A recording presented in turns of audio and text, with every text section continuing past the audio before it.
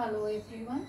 Today we'll start with a new book. I'm sure you all must have got the same book, The Merchant of Venice. Now this play is written by William Shakespeare. I'm sure you must have heard or read this play as a short story in your previous classes. However, here we have it in a proper way, in a proper play form, and we have different acts and different scenes in it. We have to read each and every line of the scenes to understand them.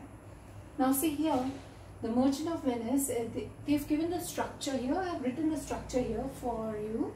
The structure of this play is divided into two parts, the bond story and the casket story. Now the bond story means the story where Antonio and Bassanio, they were in need of money. Now Bassanio was actually in need of money. He wanted to go to Belmont to woo Portia so that he can marry her. At least he could try his luck in marrying Portia.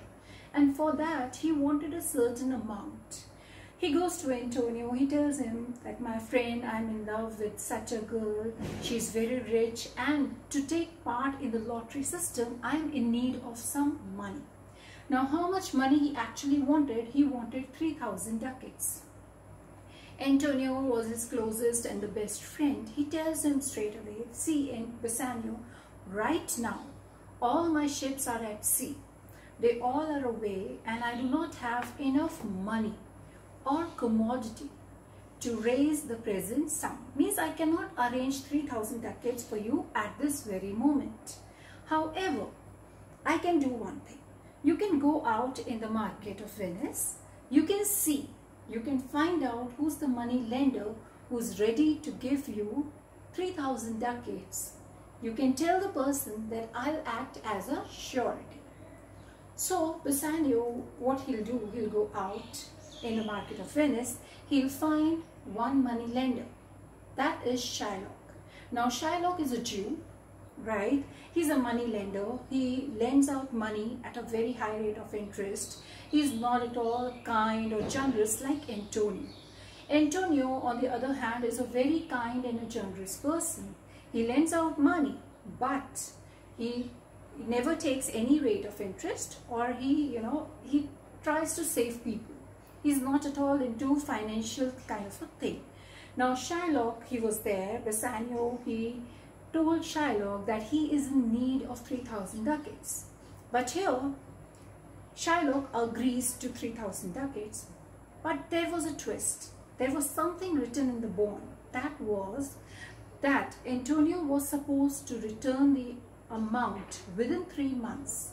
And if Antonio is unable to pay that sum, then his pound of flesh will be cut off from his body by Shylock. So Shylock wanted to cut that pound of flesh from his body. So that's the bond story. So Shylock was pretty smart, he was cruel, and he only wanted to take revenge from Antonio as he was a Christian. So there's a difference here between the Christians and the Jews. We can see that later on as well in the play. So there's this difference, and Shylock, he had this plan going on in his mind, so he plots everything nicely. He makes this bond, and in this bond, he somehow traps Antonio. Right? Let's see, let's continue with it. Now, after the bond thing, we have a casket system. I'm sure you must have done a chapter in class 8 named Portia's Suitors. I'm sure you remember that. Now Portia, she's a rich lady. She lives in Belmont. Nerissa is her lady in waiting. They are together. Now Portia's father, before dying, what he did, he made this lottery system in order to keep his daughter safe. He wanted to keep his daughter safe, and for that, what he did, he actually made this lottery system. Now in this, if a person was willing to marry Portia, he had to choose the right casket in order to do that. We'll see that there were 3 caskets: gold, silver and lead. They had different inscriptions written on it, right?